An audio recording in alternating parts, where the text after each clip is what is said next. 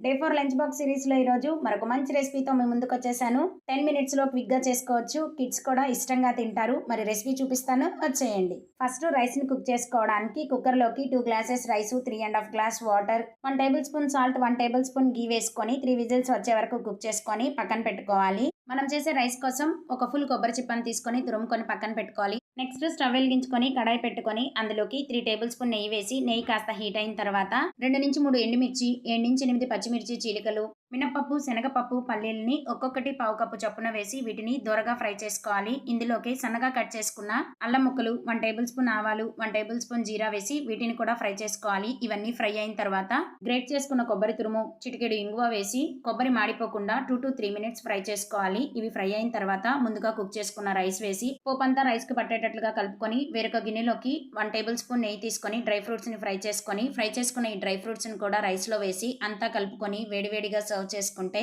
పిల్లలు ఇష్టంగా తినే కోకోనట్ రైస్ అయితే రెడీ. 10 మినిట్స్ లో క్విక్ గా చేసుకునే కోకోనట్ రైస్ చూసారు కదా. నచ్చిందా? నచ్చితే చిన్న లైక్ చేసి మీరు ట్రై చేయండి. Before 3 lunch box recipes post చేశాను. చూడకపోతే ఛానల్లోకి వెళ్ళి చూడండి. డే 5 లంచ్ బాక్స్ సిరీస్ కావాలా? అయితే ఛానల్ని ఇప్పుడే సబ్స్క్రైబ్ చేసుకోండి.